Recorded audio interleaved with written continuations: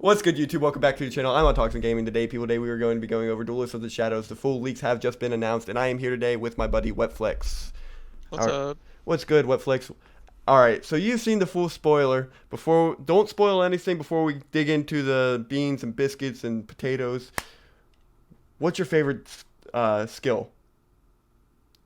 I haven't really messed around with too many of the skills. The only skills I messed around was no one suspects the Scorpion Gang and then the Red Eyes skill. Okay, But out of the two, I like the Scorpion Gang skill so far. It's pretty funny. I haven't read all the skills yet, like we just discussed. But out of all the skills, my favorite is the vampire skill. I think that deck Did, is going to be bonky. did you read what the Vampire skill did? Yeah, it's so cool. But without further ado, we're going to jump into this. I'm going to go over Evil Heroes. You're going to go over Red Eyes, and then uh, we can like discuss cards as we go along. But yeah, Absorbing Jar is coming as a reprint. This came in Battle City box. I mean, it's fine. It's been seeing some sort of meta play here and there. Hades got a reprint. Wildheart and the Heroes all got reprints, like we knew where we were going to come. And then the cards that we really should look at here is like Evil Hero Infernal Gainer. Um, do you know what this card does? Nah, no, not the top of my head. I'm reading it right now. Okay. Yeah, this card here is actually really good. The reason why is that you can banish it from your field and target a fiend monster you control, and it can attack twice. And it's able to, once per turn during your second standby phase, um, if it was banished by its own card effect, you can actually special summon it back in attack position. So if you go like two standby phases after using this guy's effect, he comes back to your field. And then you can just do exactly what you just did again. What's some good fiend targets for him to target? The best one is Evil Hero Malicious Edge. Oh, true. And you're easily getting this guy out because of cards like Infernal Prodigy. Prodigy is a Cyber Dragon type effect, so you can summon him when you have no monsters on the field in attack mode. But when he's tributed for a hero monster, you get to draw one card. So you tribute him, summon the Malicious Edge, and then you draw one card from your deck. Then you use your Gainer to make your Malicious Edge attack twice. It's really cool in that regard. Most of his edge does piercing too, right? Yeah, this guy does Yep. piercing. It's really cool. The rock monster in this deck is Sand Moth. Yeah, cool. This card is not Good going old to. Sand. This card's not going to do anything in the format. Like, thanks Konami. Appreciate the bad rock monster. We got the Goddesses of Third Eye version of the Dark substitute fusion monster, so that's cool. Then we're looking at Dark Calling. This card people didn't think was coming, Alex. That is how good this card is. This is Miracle Fusion for Evil Heroes. This card is absurd. Being able to fusion summon from hand and or graveyard is very good. It sounds pretty nuts. Yeah, Graveyard is pretty much a second hand. yeah, essentially. Like you're of course going to use your Dark Fusion, but Dark Calling is just so much better. Dark World Lightning comes to the format. Now I know you've been playing around with Dark Worlds and TCG lately, so I don't know if you saw or not, but we got a handful of Dark World monsters. Yeah, we got some. They're kind of butt cheeks. They are, but Dark World Lightning is one of the better ones that we got, and I'm here for it. Evil Mind is not a card really worth going over. I don't think anybody's really going to be playing this card. I don't think it's that good. And the reason why it has to do with monsters in your opponent's graveyard. And with Macro being the main card of the format, I don't think it's going to be that great. The card that's really insane in this deck is going to be Super Polymerization. And this card is insane because of the skill in particular. We'll get to that here in a second, but this card with that skill is so powerful. Already, it's one of the best cards in Yu-Gi-Oh, being that your opponent can't even respond to it. But now, like with the skill, it makes it 1,000 times better. Dark Deal is exactly the card that is going to be played in every Dark World deck. This card just makes it to where your opponent's spell effects turn into your opponent discards one random card. So you're essentially negating your opponent's effect, and then they're making you discard a card by their own card effect, and then you get to proc your Dark World cards when they're discarded. Hero Signal and Windstorm both get reprints here. But I'm going to jump right into these skills because, or I guess we should talk about these guys. We got Wild Cyclone, we got Malicious Fiend, we got Lightning Golem, and we got Inferno Wing. All these were kind of expected. We knew we were getting Malicious Fiend because of the secret rares, but the one we didn't know was Dark Gaia, and Dark Gaia is absolutely bonky.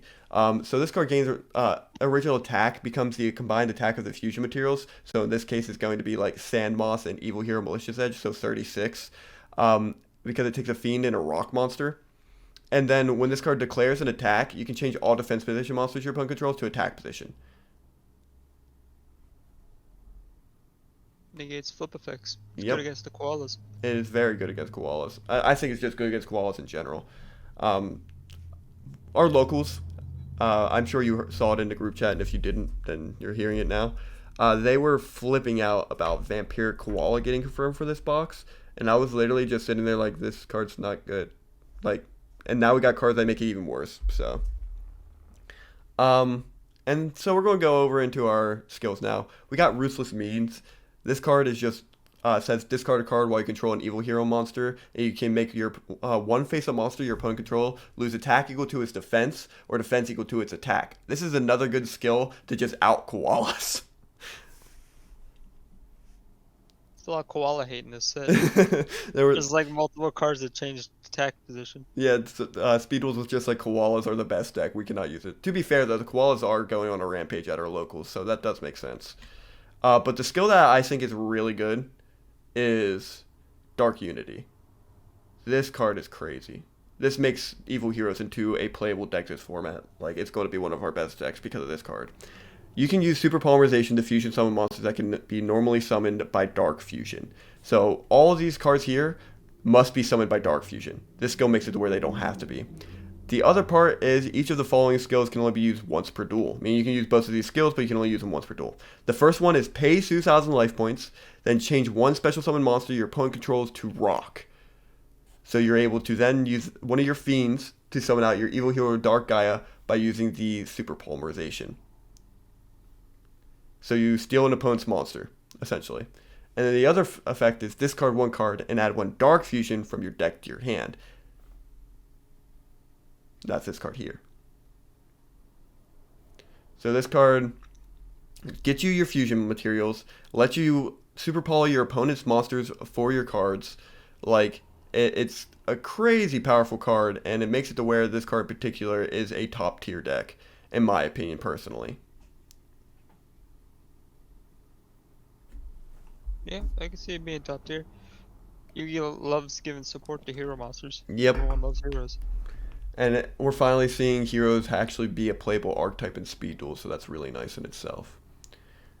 Alright, let's jump to the dragons. You said that you like the dragon deck right now. I'm going to just go through real quick and tell everybody what the reprints are. The reprints are Red Eyes Black Dragon, Luster Dragon number 2, Troop Dragon, Spear Dragon, Stamping Destruction, Cosmic Cyclone, Negate Attack, and Red Eye Spirit. We're only going to be going over the cards that aren't reprints. Red Eyes Darkness Dragon being the main secret rare of the deck, it is incredibly powerful, and we also have a skill based around this card, which is really neat. Luster Dragon is now the best level 4 1-drop, normal 1-drop in the game, being that it has 1600 defense points. We did have Vorce Raider before this, but now we have Luster Dragon, which has more defense power. Black Dragon's Chick, to bring out the Red Eyes Black Dragon, to bring out the Red Eyes Darkness Dragon. Anime. Wyvern, it doesn't really do much, but it's a Red Eyes name, and you kind of need it in this deck because of this card right here. Now, this is the card that I think that is the best card in the Red Eyes deck. Have you been testing with this card? Yeah, I play that at 3. It's good. It's a good card. It is the best Red Eyes card. So you just put it onto a Red Eyes monster. It gains 600 attack, which is crazy already. It's just, yeah. And you can equip it from field or hand, which makes it even stronger. And then if this card is sent from the field to the graveyard, you can add a Red Eyes card from your deck to your hand. So that's like you either add Darkness, you add Black Dragon, you add Wyvern, or you add Spirit. Like, those are the cards you would be adding off that. It's just such a powerful card. Mirage Dragon is just Pitch Black, a werewolf, but as a dragon. Vanguard of the Dragon is nothing to really be talked about. Totem Dragon can be used for 2 tributes of a Dragon-type monster. Dragon's Gunfire is a card that I predicted would come to this deck, but I got a lot of hate for. And here it is. I mean, Konami loves burn strategies, and the fact that we can't get Inferno Fire Blast in this deck just makes sense that Gunfire comes. Do you know what Inferno Fire Blast does? I do not know what Inferno If Fire you Blast is. activate Inferno Fire Blast, you can only activate when you control Red Eyes Black Dragon, but your opponent takes like attack or life points equal to Red Eyes' attack or like half of its attack or something. So of course we were going to get Inferno Fire Blast, but I Gunfire just makes sense to get over that. Swing of Memories is a really neat Monster Reborn type card. Target normal monster engraver, special summon it, but destroy it during the end phase. This card in particular, it works well with this deck, but also works with other cards like the, what is it called? The Hydreigon Ryu, I think is his name, and the Serpent Night Dragon. This card's just good for that in particular. Dragon's Rage is a continuous trap that turns all your dragons into piercing monsters, so that's kind of cool. Now you said you've been testing this. What's the cards that you're seeing the most out of this deck in particular that you're using? I was using 3 Red Eyes, one the one Red Eyes effect monster, the big guy. What's his name? Red Eyes Darkness Dragon. Red Eyes Darkness Dragon. One him, 3 Chick, 2 Wyvern actually, And then three of the three metal. 3 Metal, and then I actually played, I think 1 or 2 of the guy that discards a dragon monster, give himself attack. You just discard Wyvern, banish Wyvern to special Oh, summon. the Ryu card? Yeah, the one right below Darkness. Yeah, Vanguard of the Dragon. Oh, I got you. You Oh, can just send Wyvern to the graveyard, and then you can banish Wyvern from the grave to special summon. yeah, during your end Red phase Eyes. if you didn't normal summon. Yeah. That's really cool. Yeah, this deck seems really cool. The skills themselves is what kind of makes the deck. Which skill were you playing? Forge Steel? I was playing Forge Steel. Okay. It says once per duel during your main phase, you can change the name of a Red Eyes monster or a Dragon normal monster you control to Red Eyes Black Dragon while it's face up on the field. Each Red Eyes Darkness Dragon you control gain the following effect. Once per turn during your main phase, you can special summon a Dragon monster from your graveyard that can be normal summon set. So you can't just fill your field with Darkness Dragons, but you can continuously bring like Red Eyes to your field and stuff like that, which is really, really interesting. Again, I don't know how strong it's going to be in a macro format, but it does seem really strong just to be able to turn your Darkness into Darkness Metal, at least a boneless version of Darkness Metal, because it's not summoning from hand like Darkness Metal does, and it's not any dragon at that either. It's just, yeah. But Speed Duels, they have to make everything boneless. Yeah. I think banished decks are gonna be on top this format. Oh, for sure, dude. Like There's some good I skills. I went through all this whenever I was going through because this is my second time recording this, and that's why Wetflex is here because I was not going to sit through another hour of talking to a screen by myself. Um, but yeah, I was going through this and I was like, the banished deck is the best deck. There's no way. Like you're able to pick which decks are the strongest ones. Like obviously, Evil Heroes is on the top this format, and we're about to go over macro and everything. So, but we'll talk about this right now. This is Dragon Force. In my opinion, this is probably one of the worst skills we got in the box, but I haven't read them all yet. It just says during your main phase, banish a Dragon normal monster from your graveyard to make a Dragon normal monster you control gain 200 attack times that banished monster's level until the end of its turn. Also, if it attacks a defense position monster, inflict piercing damage to your opponent. I mean, it's fine, but it's not like the best because you have to play dragon type normal monsters, and these are like the only ones you. It's a Luster Dragon skill, is what it seems like. Like I'm going to play Luster Dragons at locals. Luster Dragon and Luster Dragon number 2. Yeah. They were just like, we need to make a skill for these things. That's what they did. It's so bad. Anyway, we're going to go over macro. Of course, we know about Helios, and of course, we know about Golden Homunculus. They are confirmed secret rares, but the reprints for this set is going to be Bazoo. It's going to be Banisher of the Radiance. It'll be DD Crow. We're seeing Soul Release get a reprint, and I think that's everything for the reprints on this deck.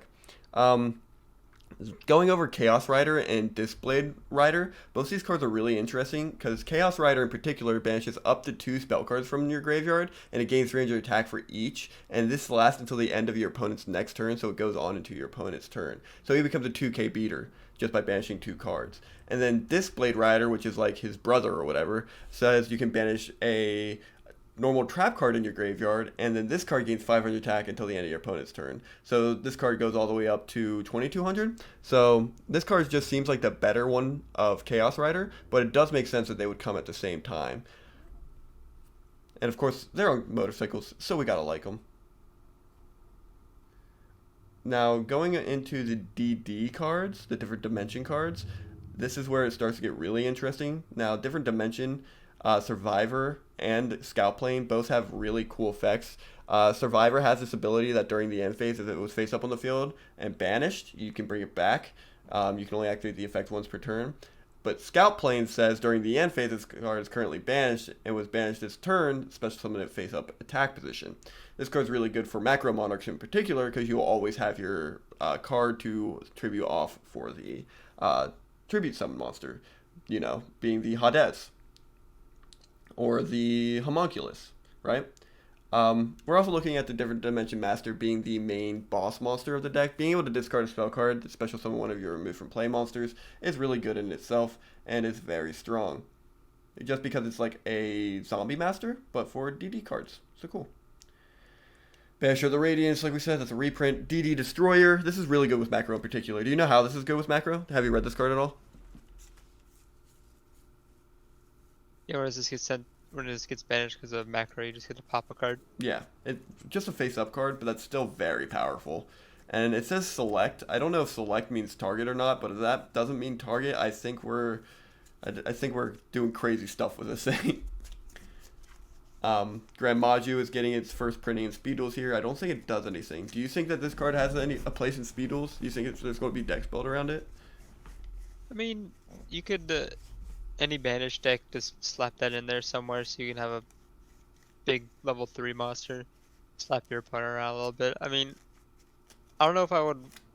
You might even run it over Golden Homunculus because I do believe Majin gets more attack than Golden Homunculus. Yeah, but Homunculus already starts at 15. That's the big thing. Yeah, that's true. I mean, there's a lot of ways. You just 3 macros. True. Just play Soul Release. Yeah, the macro spell that says if you control Macrocosmos, destroy all your opponent's monsters. Yeah. Oh, dude, I got shit for saying this card was coming too. Is this so good? So you just destroy all their monsters and then attack directly. Yeah, man. Majin for a big booty butt stick right in their face. I'm not lying. I got so much shit for saying this card was going to come to the format, but it's like Wildfire. Like, how is? Yeah, this is a better Wildfire. Yeah. You get to keep your macros, and instead of paying 500 life points, your opponent takes 300 life points. Yeah, exactly. Tribe Shocking Virus is just our version of Tribe Infecting Virus. It's cool if you're playing a mirror match and it's in the side, it'll be even better.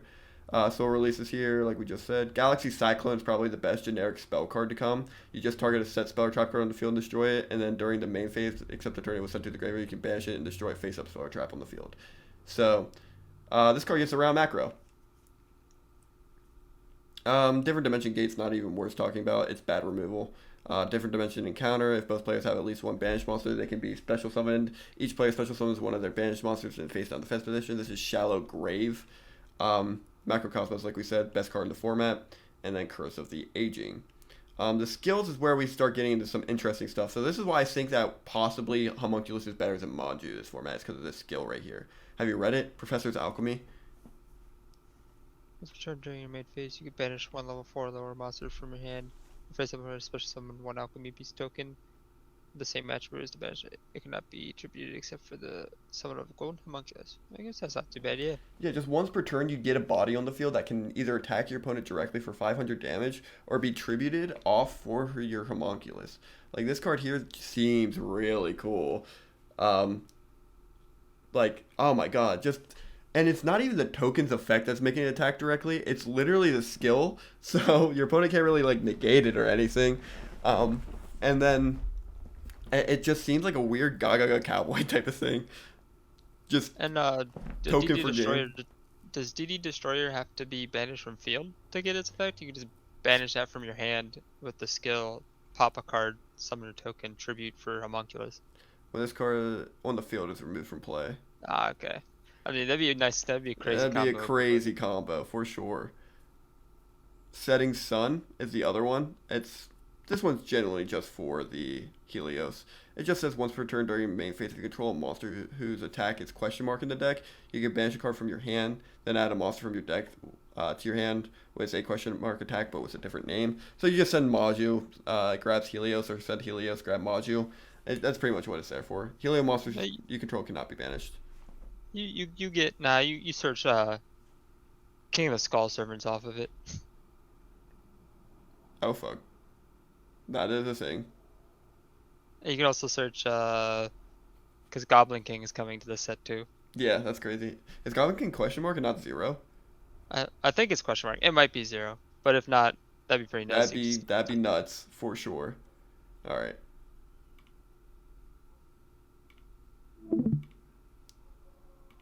All right, I'm going to start screen sharing the next one. Share your screen.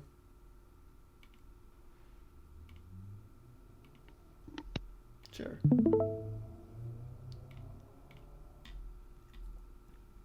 All right. You are currently not sharing. Is it not? It says it's sharing up top here. It says you're sharing your screen, but you're just sharing Discord screen.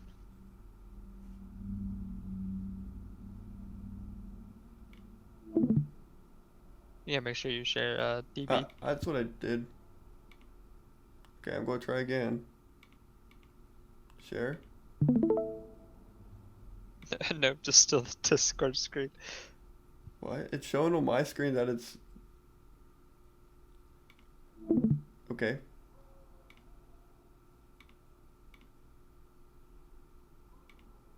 It might be my end. I can try disconnecting from the call and coming back in. Okay. Alright, now try to share.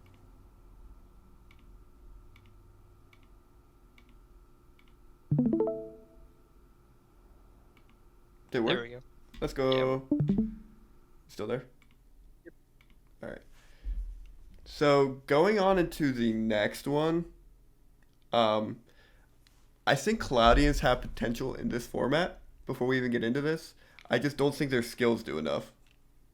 I mean, I like the skill that if you gain a fog counter, you get an extra counter, so that makes the deck a little bit more faster to get your counters, to get your effects, you know what I mean? Yeah, fog warning. It makes it a little bit better, right?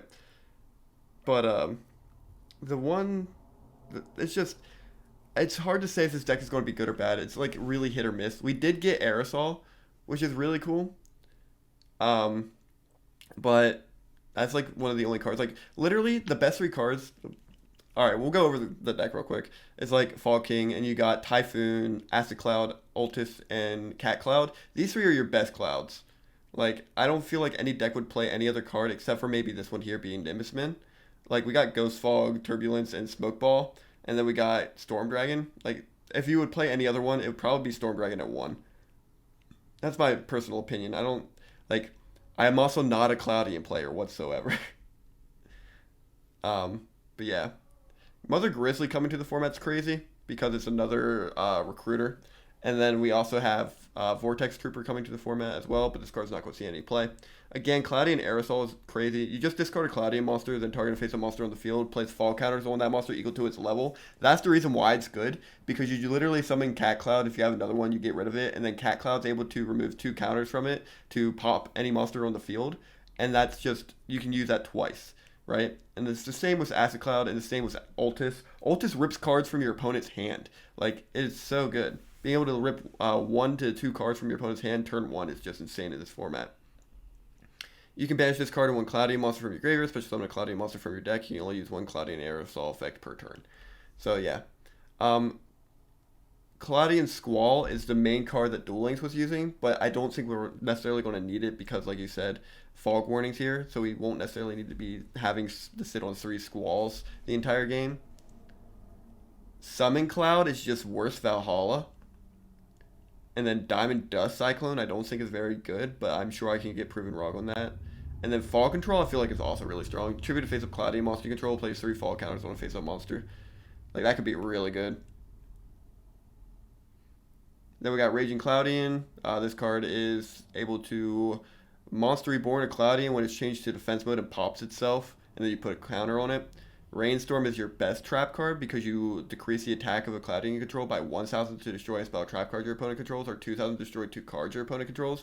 The only card that can lose 2,000 though is Cloudian Eye of the Typhoon, so we're likely not using that effect. And then there's Wall Disruption reprint. But yeah, like I was saying, the big thing with this deck, give me a second, is that I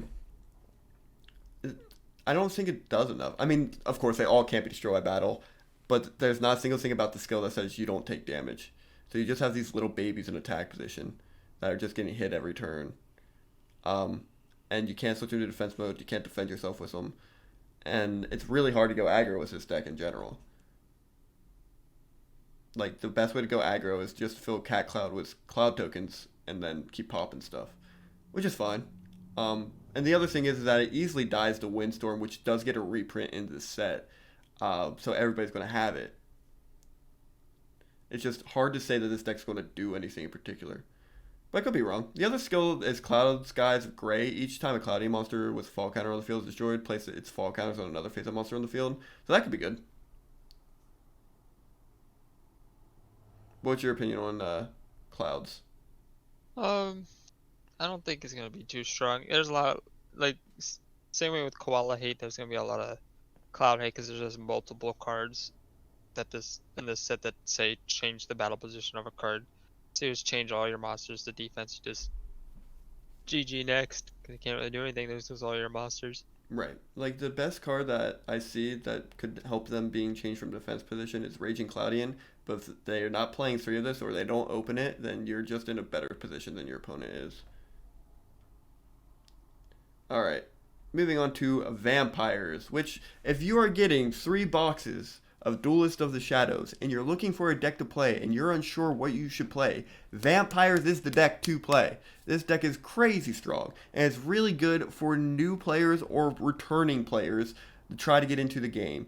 Like if you're coming from the TCG, you're watching this video, you're looking for a deck to play. This is the deck that you should try out. This deck is crazy. It's a TCG-like deck. They have modern Yu-Gi-Oh cards in here, and it's just able to be played at a competitive level where you feel like you're actually playing Yu-Gi-Oh, and you're not playing just like boneless Yu-Gi-Oh.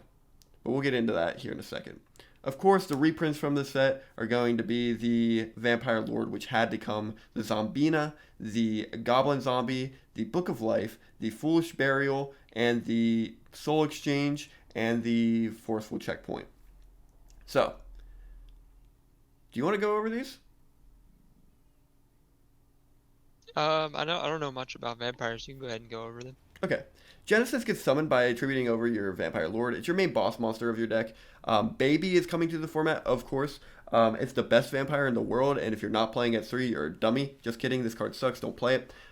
Familiar and Retainer are the same exact card, except Familiar, when it's special summoned, searches for vampire monsters, and Retainer, when it's special summoned, searches for vampire spell and trap cards. Both of them get special summoned by their own effects, being that you can tribute a vampire. You can send a vampire card from your hand or face up on the field to the graveyard to special summon it while it's in your graveyard, but it banishes when it leaves the field. So it's really easy to get these cards to the graveyards with cards like Foolish Burial, which I think just came back to 2 on the list. So you'll be playing this as your 2-of for this deck. And then what you do is you just special summon it, pay 500 life points, summon your monster. It's really good in that regard. Ladies coming to the deck, it doesn't really do anything. It's only here for the skill, and when we get to the skill, you'll see why. Sorcerer is my all-time favorite vampire card. If it's in your possession and sent to the graveyard by opponent's card, now this means either by a card effect or by battle, you can add a dark vampire monster or a vampire spell trap from your deck to your hand, so that's really good in that regard. And then you can banish this card from your graveyard, and a dark vampire monster you normal summon this turn can be normal summon without tributing. So you banish her from your graveyard, and you can just normal summon the Vampire Lord. And then you tribute your Vampire Lord, and you summon your Genesis. Like, it's that good. Curse is really good in this deck. I mean, you're not going to want to play him over Vampire Lord, but he's a cool vampire to talk about. Plague Wolf is here. It goes up to 2,000 attack points on normal summon. Heavy Knight of the Flame is just a Gemini. I mean, he doesn't really do anything. When you normal summon him at the start of the damage step, if it attacks a special summon monster, you can banish that monster. Okay, cool. You wasted 2 of your normal summons to bring this guy out to do that one thing. And then Ryu Koki is not doing anything in this format. We didn't get Pyramid Turtle, which is unfortunate. RIP Pyramid Turtle. Yep. It's so sad. Like, that's the card we should have got 100%. But that just makes Ryu Koki not playable. Like, you're not going to play this Monarch over any of the other ones, in my opinion. Like, why would you play this over Hades other than for the fact it could be Book of Life and Haunted Shrine? You know, when I was looking through this earlier, I think a fun deck idea would be play Plague Wolf with Poison Sword, so he goes up to 4,000 attack. Doesn't Poison Sword do its original attack? Yeah, Poison Sword changes its original attack. Oh. and then you double it with Plague Wolf, which his Oh, original attack is now 2,000. once per. So Oh, I then you put it, gotcha. and he goes up to 4,000. Then you just have a 4,000 beater. Wow, that's cool. So Plague Wolf and Poison Sword go together. That's an interesting little idea. I like that a lot. All right, Call of the Mummy comes to the format. This is Valhalla for zombies. And then we get into the awesome zombie cards being Desire. Vampire's Desire is crazy. You target face a monster you control, send a vampire monster from your deck to the graveyard with a different level from that monster, and that target monster becomes that level. The reason it's good is because you dump a vampire. That's pretty much it. And the vampires you're dumping, you're targeting your sorcerer, and you're dumping your familiar and your retainer. That's what you're doing there. And then the other effect is target a vampire monster in your graveyard, send a monster you control to the graveyard, and then special summon that target, which allows you to special summon your lords from your graveyard. So it's a monster reborn, or it's a foolish burial. Like, this card's so good. I think vampires will be good, but they just need to play a lot of back row hate because they don't want to get macro Cosmos. Even if they do get Macrocosmos, I think it's fine. And I'll go over that in a second. And it's because of this card here. It's Vampire Awakening. You special summon a vampire monster from your deck, but destroy it during the end phase of this turn. So what you do is you literally activate Awakening, and you summon Lord, and you tribute Lord, and you summon Genesis. This one card is a Genesis. Like, of course, you got vampire cards that are in here like Familiar and Retainer that really do work off the graveyard, but then you have cards like Sorcerer who allows you to normal summon vampires if it hits graveyard, um, and then you have like, of course, Genesis and Lord. I don't think you're wrong with the whole playing back row destruction. I just don't think the deck auto loses to it. I think the deck plays around macro really well. I just think every deck in general this format coming up is gonna need to have Yeah. some sort of back row to get rid of those But macro Cosmos. this next deck we go over, we're actually going to be going over the trap card that I think is the out to macro completely and is going to be in everybody's main decks, at least in their sides.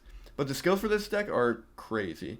Vampire Aristocracy is really good. It says once per duel during your main phase, you can change the name of a zombie vampire monster you control to Vampire Lord while it's face up on the field. So you can be like, I summon Vampire Lady, turn it into Vampire Lord, tribute it for Genesis. That's the biggest reason why I think that this deck is doable. It's a 3,000 attack point beater just on activation. If you just have to open Genesis in any of your vampires, and this skill just makes it to where you can immediately summon Genesis. Each vampire Genesis you control gains the following effect, and this is what I think is crazy.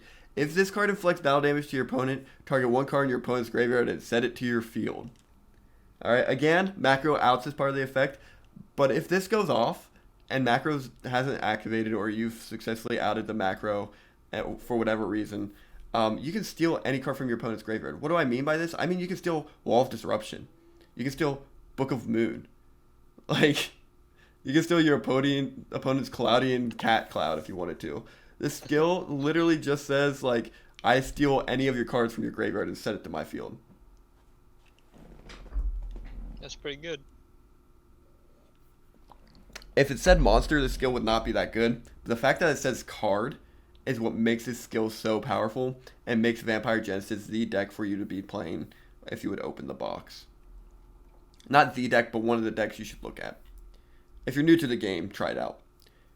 During the end phase of the zombie, this is Delicious Morsel, by the way. During the end phase of a zombie vampire monster you control, inflict battle damage to your opponent's life points, gain life points equal to the total battle damage your opponent inflicted to your half the damage. Yeah, you gain half the damage you dealt with a vampire during your end phase. We make it vampire stall, baby. Yeah, that's essentially what this was. It's not the skill people are going to use, I don't think.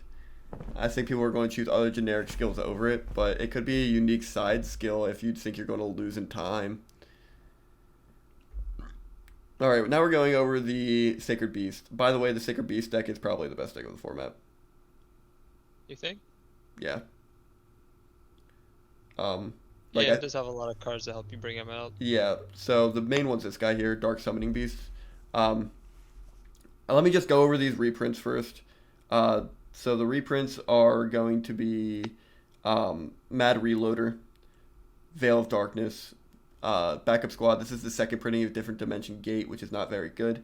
Uh, Swamp Mirror, and Final Attack Orders. Those are the reprints. Now let me go over this powerful card here. Dark Summoning Beast. This card is crazy.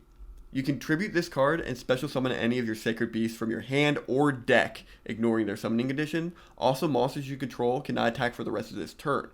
You can only use the effect of Dark Summoning Beast once per turn. You can banish this card from your graveyard and add a sacred beast from your deck to your hand. Why is this good? Alright. You Soul Exchange, steal your opponent's monster, summon your Dark Summoning Beast, use the effect of Dark Summoning Beast, tribute it, and then summon your Hamon, which is a 4,000 beater that says, if this card destroys an opponent's monster in battle and sends it to the graveyard, inflict 1,000 damage. Like, this card, like, oh my god, dude, it's... And then you play the Fallen Paradise field spell. The card that I literally said when we were testing this, I know you weren't there at the time, it was me and Alex and Izzy and Joey. We were all testing the new decks whenever the Secret Rares were first announced. Alright? Alex was testing Fallen Paradise in his deck. And this card, I was like, this can't come to Speed Duels, and here it is. It's so strong. It is so good. All it says is that your opponent cannot target your Sacred Beasts with monster or card effects. Also, those monsters cannot be destroyed by opponent's card effects while you control them.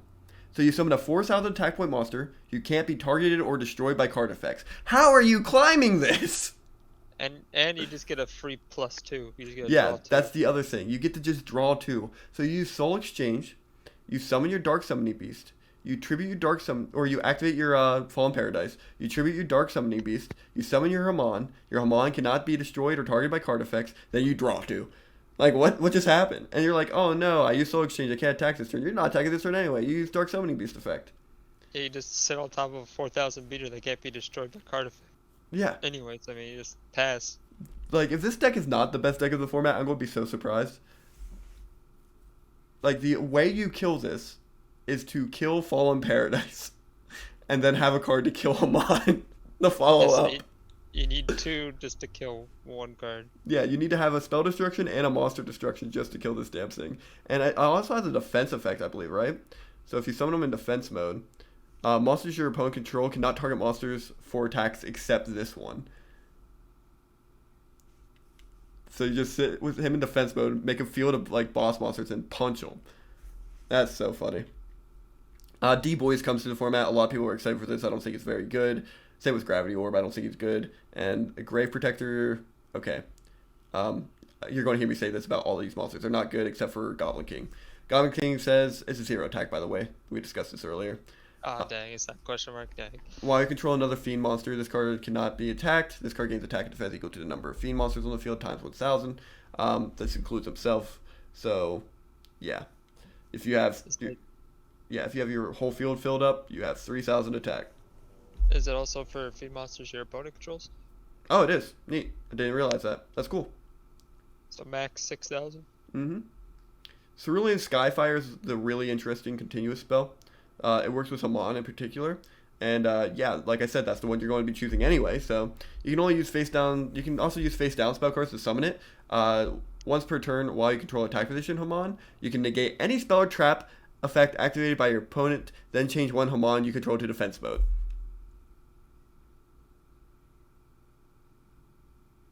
Yep, that seems good. Yeah, that seems good. If you lose your Hamon or any of your other Sacred Beasts, like say they leave the field, you take no damage this turn. What? Like... So they take all that out the big boss monster, and then you just don't take any damage. Yeah, so with this card, with Paradise, you have successfully summoned Dark Summoning Beast to summon out Hamon's Striking Thunder for 4k that can't be targeted or destroyed by card effects, that just drew you 2 cards, and with this card in particular, if they activate any spell or trap card, you can negate it. Yeah, well, I was thinking about running a different deck when this comes out, but I might have to play Hamon. Sacred Beast. Yeah. This deck is the deck. I was like, oh my god, and whew, yeah, Battle and trap cards are like crazy too. Like read this trap card. The trap card's also insane. They literally went, let's add modern Yu-Gi-Oh to speed duels. That's what they did. This card gains effects based on the number of Sacred Beasts. Yeah, with different names you control. If you control the one Hamon, each time your opponent or special summons a monster, you gain life points. So, oh my god. If you control two Hamon, you negate the activated effects of monsters your opponent controls. If you control three Hamon, any monster sent to your opponent's graveyard is banished instead. Once per turn, if you control a level 10 monster, you can add a continuous trap from your graveyard to your hand. You want to know something this deck doesn't do, Alex? It doesn't work with the graveyard. This deck has a card that searches Macrocosmos.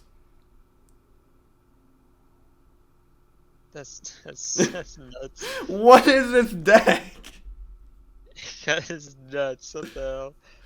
Alright, now we've gone over all these powerful cards. Let's talk about the out. Because the deck also comes with an out to these powerful cards. And it's this trap card right here. This card is going to be probably main decked in almost everybody's deck. It's called Unending Nightmare. It is a very powerful continuous trap that says if you pay 1,000 life points, you can target a face-up spell or trap card on the field and destroy it. You can only activate this effect of Unending Nightmare once per chain. So you can use it more than once per turn? Yes, you can use it 3 times a turn. Or if you're gaining life points with something, say like Awakening of the Sacred Beast, you can use it multiple times. But keep in mind, this skill, or this card, also searches your Unending Nightmare. You pair it with cards like Aegis of Gaia, you're gaining even more life points. So, this card gains 3,000 on activation. When it leaves the field, you lose 3,000. Yeah. But this deck, by far, the best deck. They literally, all they had to do to not make this deck so incredibly powerful was not release this card, and they did it anyway. Let's talk about this. Unlocking the power. It says when you special summon a Sacred Beast, you can use face-up fiend monsters, continuous spells, or continuous trap regardless of the card type that it requires. That's fine. And then, Victory of the Shadow Riders. This card is what breaks the deck in half, dude. Alright, you draw one less card at the beginning of the duel. Oh shit, I guess I'm not getting my combo pieces. But this skill is activated. Add one Uriah, Haman, or Raviel from your deck to your hand. Oh shit, there's my 4th card. It's coming to my hand. Once per turn, you can discard 1 card. Special summon 1 fiend monster with 0 attack and defense from your graveyard. So if you have Dark Summoning Beast in your graveyard, you just summon it back with this thing. So if you tribute itself to special summon another yeah, one. you use Foolish here. Another Sacred Beast. You Foolish it, send it to the graveyard, use the skill, special summon it from your graveyard, tribute it, summon the Hamon. The only downside of using this skill is that you have to pretty much start with a Sacred Beast in hand. Like, you draw 3, and then you search your deck for a Sacred Beast and add it to hand. And it's not once per turn, is it? So you can, I mean, it's not once per duel, so you can just keep bringing out your Sacred Beasts. This here is just once per turn. This is why it's broken in half. If you use the combo I told you earlier with Dark Summoning Beast and Soul Exchange, you're actually able to use this guy's skill here to bring it back every single turn. This is nuts. And is the 0 attack point guy, is his effect only once per turn? I think so. Because you Soul Exchange him, bring it back, summon out another one. Have two Sacred Beasts on field turn 1. Yeah, you can only use the effect of Dark Summoning Beast once per turn. Dang. So it's a hard once per turn.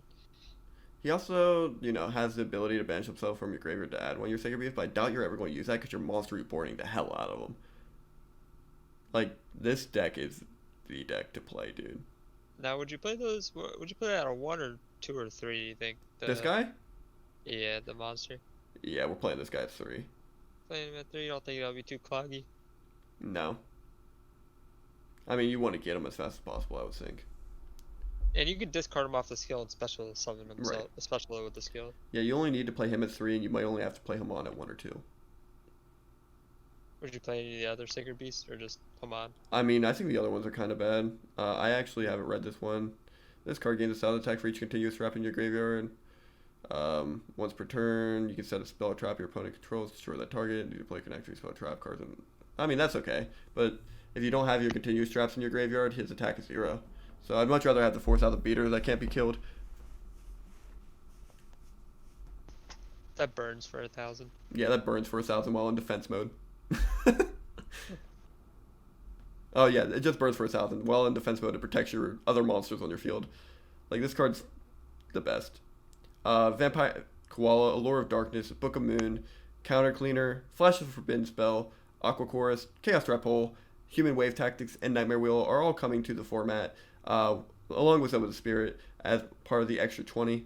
Really nothing to discuss here. For Flash of Forbidden Spell is a really good side deck card for if you're playing against a deck that is special summoning a lot of monsters to the field and filling up their zones. This is a card to have in your side deck. That way you can Regeki them.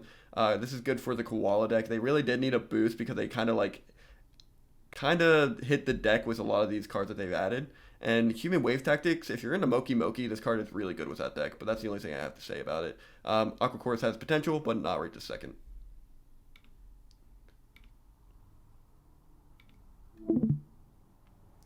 Alright. And this should be... Let me know if it's sharing. It is... It's loading. Taking forever to load on it. Oh, yep, it's shared. Alright. And we're going over the last decks on our list. There's only 2 decks on this screen. The rest are the 20 cards that are left over. But it's Amazoness and it's Archfiends. So, going over the reprints for Amazoness, we have the Amazon Swordswoman, we have the Chainmaster, we have the Trainee, the Sage, we have Reinforcements of the Army, Heirloom, Village, we have Archers, and that is it for the reprints. We did not get Onslaught, so that's good. Swordswoman's a good out to Hamad. You just attack with True. Swordswoman, they take damage. True. Amazoness might be a Shrink very your good own- deck. You just shrink your monster so it loses even more attack. Yep, Amazoness. Wow, surprise! Is going to be one of the better decks to play this format. Well, let's go over them real fast. We got Queen, making it to where the monsters can't be destroyed by battle. Your Amazoness. Tiger gains 400 attack for each Amazoness monster you control, and also has a built-in protection effect to your Amazoness by making it the only monster that can be attacked when you have Amazoness on the field. Paladin gains 100 attack for each Amazoness monster you control. Can go all the way up to 2,000. Fighter should have came before Swordswoman, but for whatever reason we finally get her. You just take no battle from battles involving this card. Scouts is probably the one nobody's really going to play, but if you want to know what it does, you can tribute it, and then face up Amazoness you control. Cannot be destroyed by monster effects and can't be destroyed by card effects. Amazoness Fighting Spirit, it's literally Skyscraper, but as a continuous spell and only works with Amazoness instead of heroes. Spellcaster says target an Amazoness monster you control and one face-up monster your opponent controls. You switch the attack of those targets until the end of this turn. Willpower is officially our best Amazoness trap. It is Monster Reborn for Amazoness. Or not Monster Reborn, Call the Haunted for Amazoness. So yeah. We got Dramatic Rescue. This card, I doubt people are really going to play it, but if an Amazoness you control is targeted by an effect, then you can return that monster to your hand and special summon another Amazoness from your hand. And then you got Queen's Pawn, which is a good one. Don't get me wrong. I just think that willpower is better. You activate it only when an Amazoness monster you control destroys imposed by battle and sends it to the graveyard. Then you can special summon a level 4 or lower Amazoness monster from your deck. So it allows you to swarm your field whenever your queen kills something, which is really nice. Half counter. The only reason it gets put in the Amazoness deck is because it has Amazoness in the artwork. You see that? Oh, half counter? Yeah. Yeah, you can barely see that as an Amazoness character. Yeah, it's literally a paladin and then swordswoman's here, and I can't even tell who this Amazoness is. But yeah, it's a trap. It's a battle trap, so it's going to get negated by Joey's skill. So don't even worry about what this thing does. The skills are really unique. Welcome to the jungle. After damage calculation, if you took damage from a battle involving an opponent's monster and your attack position Amazoness monster, that opponent's monster loses attack and defense equal to the attack of the Amazoness monster it battled until the end of this turn. So you're right. This is exactly how we get over the Haman. What you do is that you hit the Haman with the Amazon Swordswoman. It shrinks down to 1,500 or 1,500 attack points, putting it all the way down to 2,500. You use the village to float into another swordswoman, and then you attack it with your other swordswoman, make them lose 1,000 life points there, and then you summon another Amazoness monster. Uh, or if you have another Amazoness monster, you're now able to clear the Haman just off of this skill alone. Personally, I'm still probably going to play Tribal, but over this skill, but it is a good skill to have to play against Haman. The other skill we have is Order of the Queen. While I control Amazon's Queen, negate the effect of effect monsters destroyed by battle with attacking Amazon's monsters you control. I guess that's fine. It turns all your Amazons into Hadez if you control Queen. Again, I'm likely going to be playing Tribal Synergy over this. Yeah, I think Tribal Synergy is just better than both. Yeah. I think just being able to draw cards and all I have to do is play 3 vanilla Harpies. By that I mean Cyber Harpy Lady. I think that's fine. Moving on. We have Skull Archfiend of Lightning. We already knew this card was coming, but he comes with the Archfiend Soldier and then all the chess pieces. I don't know if there's really anything worth going over with these cards. Like, here's what their effects do. I'm not really going to go over each one of them. I don't think they're very good. But I also haven't read the skills yet, so. But all of them are based around rolling a dice when they're targeted by card effects and paying life points during each of your standby phases to keep them on the field. Orc is coming here. It's weird that we got Giant Orc before we got Goblin Attack Force, but I guess Goblin Attack Force is too scary of a card to get in the format, so we got Giant Orc instead. Mist Archfiend, it's a Monarch statted monster that can be summoned without tributing, and you destroy it during your end phase and take 1,000 damage if you summon it that way. Archfiend General searches your Pandemonium, and Annihilator Archfiend is likely going to be the Archfiend boss monster of the deck. It's a 2 tribute monster, so it makes it a little bit harder to summon, but I don't know what the skills do yet, so I'll probably go over that, and maybe the skills will help Annihilator be good. You can target a card you control and one card your opponent controls, destroy them, and if you destroy a Fiend monster, this card gains half the Fiend monster's attack until the end of the turn. So, yeah, he gets big. He's just strong. Foolish Burial gets a reprint here, and Bark of the Dark Ruler. Pandemonium just makes it to where you don't have to pay for the life point cost of your Archfiend monsters. And then it makes it to where each time an Archfiend monster is destroyed and sent to the graveyard except by battle, that player can add an Archfiend monster from your deck to their hand with a lower level. The destroyed monster. That's cool. Checkmate makes it to where your Terror King Archfiend can attack directly. So that's kind of cool, making them 2,000 attack directly. Axe of Despair is a searchable Archfiend card. It makes the equipped monster gain 1,000 attack points. Double spell, discard a spell, then target a spell card in your opponent's graveyard. Place a target in the appropriate zone on your side of the field. And as this card's effect resolution, follow its text as if you had used it yourself. That's kind of cool, I guess. Archfiend's Roar. Target an Archfiend monster in your graveyard, special summon that target. It can't be tributed and destroyed during the end phase. You have to pay 500 to use this card. Battle Scarred. Select an Archfiend monster on your side of the field to activate this card. Your opponent also pays the same life points you pay for the selected monster during the standby phase. So it's kind of like a burn effect. If this card is removed from the field, destroy the selected monster. When the selected monster is removed from the field, destroy this card. So it's pretty good. I'm finally getting caught up to where I was when I figured out I wasn't recording my last video. So we're going to talk about the skills now, because I didn't get to these. You cannot summon set non-fiend monsters. Alright, that's the downside of the skill. Once per turn, during the main phase, you can roll a 6-sided die. If you do, you lose life points equal to the result times 200. That seems bad. But if the result is 2, 3, or 4, you can special summon one Archfiend monster with a level equal to the result from your hand, deck, or graveyard. That seems really bad.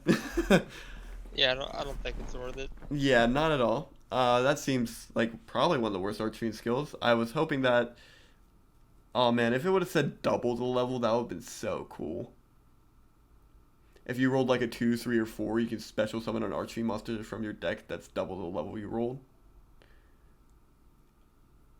Like, that would have been really neat.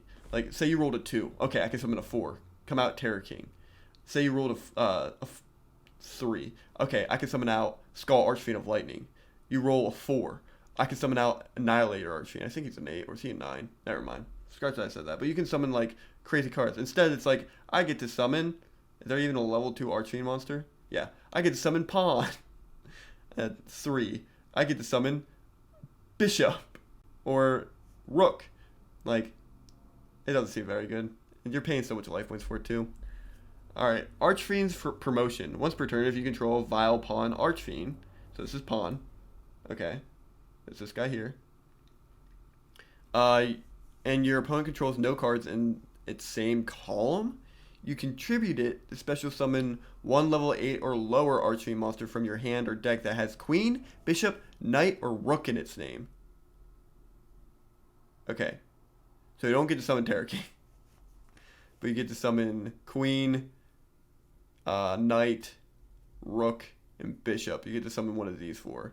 And I think Queen is also one of the extra 20. The other Terror Queen. Yeah, this one. Imprisoned Queen Archfiend. So you could summon this card too if you wanted to. Which would be crazy, honestly. So you would use this, get rid of your pawn to summon your queen. Alright, not bad. What do you think? Anything special to go off of this? Nah, I don't think Archfiend's a cool archetype, but I don't think it's that good. Time to pay life points every standby phase when you only have 4,000 life points kind of hurts. Yeah, I think the coolest card out of all this is definitely just Skull Archfiend of Lightning. That's the most playable one. But I'll come up with cool deck ideas for it. I'm sure there's something that we're overlooking. Again, Annihilator has potential, but it's going to be so hard to summon them. Alright. Doesn't Archfiend have a trap or spell card that says you don't have to pay the life points every standby phase? Yeah, that's this card. That's their field spell. And we have Metaverse off the list now, so we can actually bring this card out with the utmost of ease. But is it worth it? you literally need this card in your deck or you lose. Like,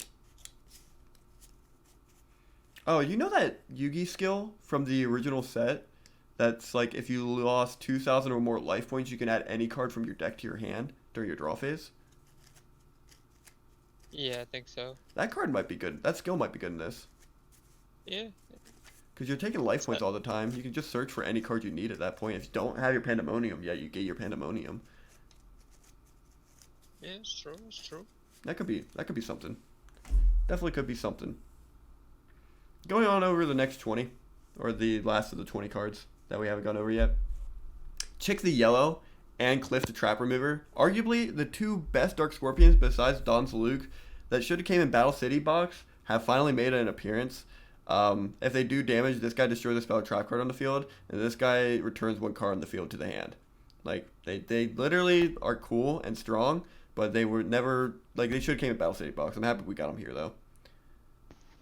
You've been playing the deck. How are they playing? I like it. The skill that is for them is funny, and I enjoy it a lot. Yeah, let's go over the skill together. We're talking about it, might as well. No one suspects the Dark Scorpion, gang. Once per duel, during your main phase, if you control Donzel Luke, discard a card to special summon 2 Dark Scorpions with different names from your hand or deck. 1 from each. That's fucking cool. Donzel Luke and Dark Scorpion monsters you control can attack directly. That's fucking cool. Yeah. But when they do using this skill, the battle damage inflicted to your opponent becomes 400. Okay, that's interesting. You cannot summon or set any monsters except Don's Luke and or Dark Scorpion monsters. Interesting. So you just attack directly, mill and discard their hand. Yeah. Their deck, discard their hand so they can't answer to your monsters. Return, and you just keep attacking. and you return cards to their hand with this. You destroy spell trap cards with this. This makes the deck good. That's not bad. And you're only doing like, it loses to Wall of Disruption. Yeah, it was the wall disruption. You run 3 trap jammer, you'd be able Yeah, just run the trap jammer. This seems crazy. That seems like a really cool skill. Yeah, I like that a lot. All right. It's funny. I like it a lot. Now we're going to go over the Pharaoh Servant, the Pharaonic Protector, Spirit of the Pharaoh, the First Sarcophagus. These cards are the cards that like matter the most, I guess, in this archetype. And then these guys. What does he say? Ancient Ruler Rises. There's a lot to read here. What the heck? What's he do? Once per turn, you can send a level 2 zombie monster from your deck to the graveyard. It has to be a level 2. And place one of your first sarcophagus, second, or third from your deck or graveyard, or that is banished face up in your spell trap card zone. Okay. Each Spirit of the Pharaoh you control gains attack equal to the total number of Pharaoh Servant and protectors on your field or in your graveyard. Times 900! What the heck? Yeah, it's kind of big. What? Oh, So you that's crazy. just yeah, you just send them to the graveyard with your skill. Just activate all your sarcophagus and then bring out your boss monster. And then you have like 3 of them in your graveyard already. So 900 times 3 plus how much attack does you have to begin with? 25. 45. Yeah, so you just attack for game. What the heck? You make this man gain what 2,700 on top of the 25, so he's at 5,200 attack points. What? It'll just take a while to summon him out, though. Yeah, you just play stall cards. Yeah, true. Like Woboku's good in this deck. That's interesting. Okay. Of course, it's based around the graveyard though, so macro kills it. But like, that's really interesting. Going over the reptiles, it's Gaga Gigo and Bite Leon. I think that's it for the reptiles. So we'll go over Viper now. Once per turn during your main phase, you can change the battle position of monsters your opponent controls up to the number of face-up reptile monsters you control. I mean, okay. Gaga Gigo. Heck yeah.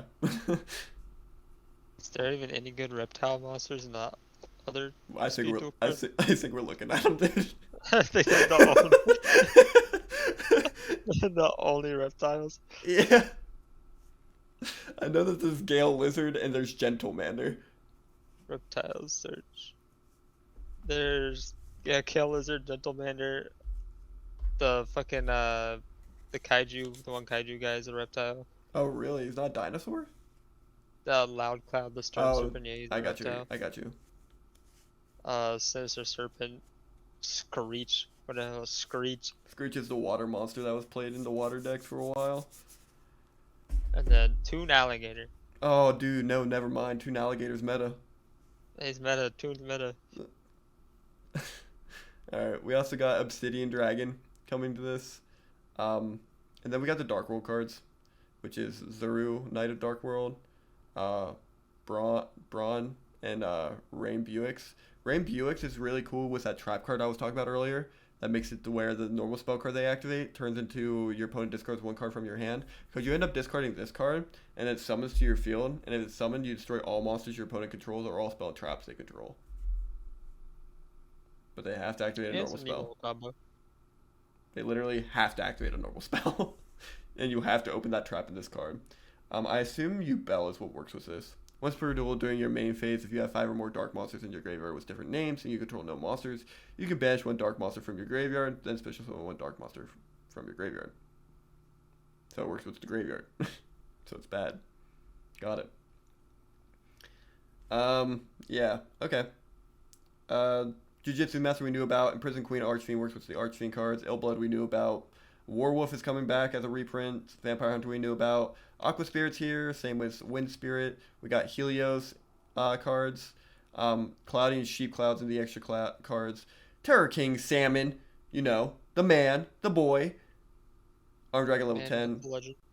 Cyber Dragon Ultart, and Elemental Hero Shining Flare Wingman. Yeah. I like the new art for the Cyber Dragon. Me too, man. Me too. All right. So looking over this, what do you think the best decks are? The top 3 decks coming from this box. What do you think Top it is? 3, probably number 1 will probably be Haman. The Sacred Beast deck. I think that Yeah, you're probably Sacred right Beast there. deck, yeah. Probably number 2, probably Vampire. I think Macro Yeah. probably fits the number 2 spot. Macro, you think? Yeah, I think. Yeah, Macro Monarchs. Yeah, and I Some think Vampire Monarchs. and Amazonis kind of are going to be fighting for that 3rd spot there. Yeah. I think the best rogue deck out of the set, probably, depending on what people build, is either Dark Scorpion Gang or, crap, what's the... Cloudians, maybe? Cloudians, yeah, if people can build it right, Yeah. see what they do. Yeah, I definitely have to agree. I think that Macro is definitely one of our best decks, but after reading the Sacred Beast cards, that deck is probably the new meta. Like, we really have to be worried about a 4,000 beater that just comes to the field for free. That's cool. Like, literally, oh man, this is going to be a format for sure. It kind of feels like we'll be back in Moss format. I think Evil Heroes also have a really good chance in this format. Being able to super poly any of your opponent's monster to bring out your card seems really strong. And it gives heroes a reason to be played. So that's cool in itself. Um, Super Polys is a good card. You can just run Super Poly in any deck and just have generic extra deck monsters as you can fuse it out. True. There's not too many generic extra deck monsters we have in this format, but if you could play that in Super Poly, and like, I don't think you needed a zombie monster. I could be wrong, or a Dark World monster. I could be wrong. I'll check real quick. To use this, you can use Super Poly to fusion summon monsters that can normally be summoned with this. Yep, you don't need evil heroes to use it. So that's cool. Dark Unity just lets you Super Poly, change a monster on the field to rock, and then you can use, say, Malicious Edge as your fiend, and then you can bring out your Dark Gaia. Like, you could build a Malicious Edge Monarch deck, spend 2,000, steal your opponent's monster, and Super Poly any monster they saw. Oh my god, that'd be so silly. But yeah. If you all enjoy this type of content, and if you like Wetflex being here with me, make sure you leave a like on this video. Make sure you subscribe to see more. I'm checking out all these decks right now through the Speed Duel League Discord, so link to that's going to be in the description down below. But I want you all to have a great day, and I'll see you guys next time. Bye-bye.